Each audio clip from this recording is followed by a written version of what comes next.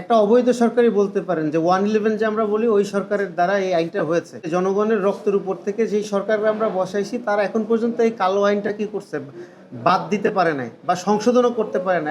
আমাদের গতকালকে অলরেডি বলে দিয়েছে আমরা ডিসকোয়ালিফাই, তো এক সপ্তাহ কেন আমার ওয়েট করতে হবে এটা আমি জানতে চেয়েছিলাম, বাট আমাদের কোনো সদুত্তর তারা এখন পর্যন্ত দিতে পারে নাই।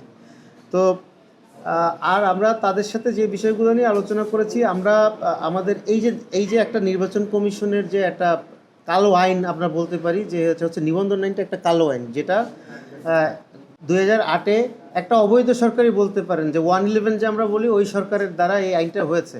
তো এখন পর্যন্ত যে আমরা 24 পরবর্তী সময়ে আমরা যেটাকে বলি যে জনগণের রক্তের উপর থেকে যেই সরকারকে আমরা বসাইছি তারা এখন পর্যন্ত এই কালো আইনটা কি করছে, বাদ দিতে পারে নাই বা সংশোধনও করতে পারে না। আপনারা জানেন যে নির্বাচন কমিশনের যে সংশোধনের যে সংস্কার কমিশন করা হয়েছে, ওখানেও তারা একটা সংস্কার প্রস্তাব করেছে, কিন্তু এখন পর্যন্ত ওই সংস্কার প্রস্তাবটাও হচ্ছে গভর্নমেন্টের কাছে গৃহীত হয় নাই। তো এই যে কালো আইনটা এখনও আছে, এটা তো গণতন্ত্রের পথে বাধা।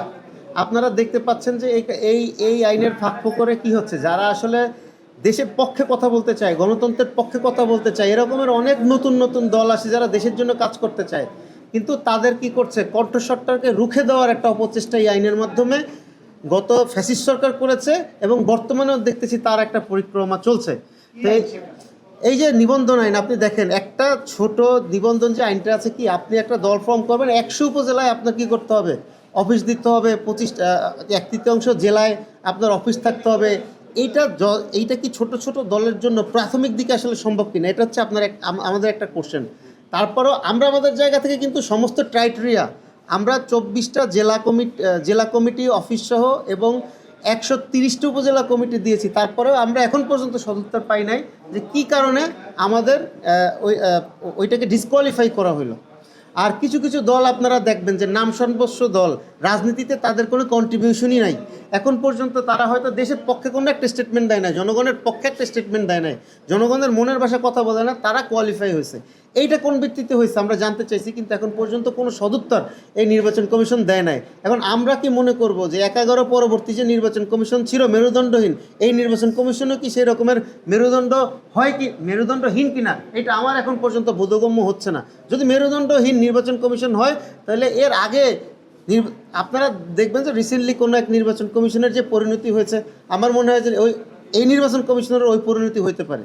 এই জন্য যে জিনিসটা আমরা বলতে চাই যে আপনারা গণতন্ত্রের পথে বাধা হবেন না। ইন্টেরিয়র গভর্নরকে বলতে চাই গণতন্ত্রের চর্চা। ধরেন আমার মনে হলো, আপনাদের মনে হলো যে না, আমি কোনো দলের মতাদর্শ আমার সাথে যায় না, আমার মতাদর্শ দেশপ্রেম, সবাইকে আমি দেশপ্রেম, এখন আমি না কেন, উনিও আলাদা একটা দল করতে পারে, এই জন্য কি সে নির্বাচনে যেতে পারবে না? এটা তো গণতন্ত্র হতে পারে না। সঠিক গণতান্ত্রিক চর্চা কি বলেন আপনি? যে আমার যদি মনে হয় যে না, আমি বাংলাদেশের অন্য কোনো দল তারা হচ্ছে, আমার মনে হয়েছে যে আমার মতাদর্শের সাথে যায় না, আমি মনে করি যে না, আমি চাইলে আমার যে ফিলোসফি সেটা দিয়ে আমার দেশকে আরও আগায় নিয়ে যেতে পারবো। তো আমি যদি একটা দল খুলতে চাই, আমি যদি নির্বাচনে আমার দলের প্রতীকে অংশগ্রহণ করতে চাই, তাহলে সেটার জন্য আবার কিসের নিবন্ধনাই নিবা দরকার আছে?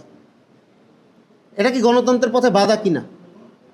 আমরা গণতন্ত্র বলি, গণতন্ত্রে তো প্রত্যেকটা সিঙ্গেল মানুষকে কাউন্ট করা হয়, প্রত্যেকটা মানুষের মতামত, তার অধিকার নিয়ে কথা বলা হয় গণতন্ত্রে। তো এটা কি গণতন্ত্রের পথে বাধা না? তো বাংলাদেশ, পৃথিবীর আর কোথায় এরকমের একটা কালো আইন আছে, এরকমের আইন আছে?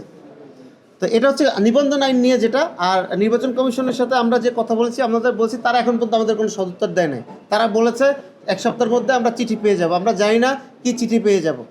তো আমরা আমাদের যে নিবন্ধন প্রক্রিয়া, যেটা আমরা দরকার হয় আইনি লড়াইয়ে নামবো, বাট আমরা চাই যে আমরা আসলে জানি যে আমরা আমাদের যত ডকুমেন্ট চাওয়া হয়েছিল সব কিছুই সঠিকভাবে দিয়েছি।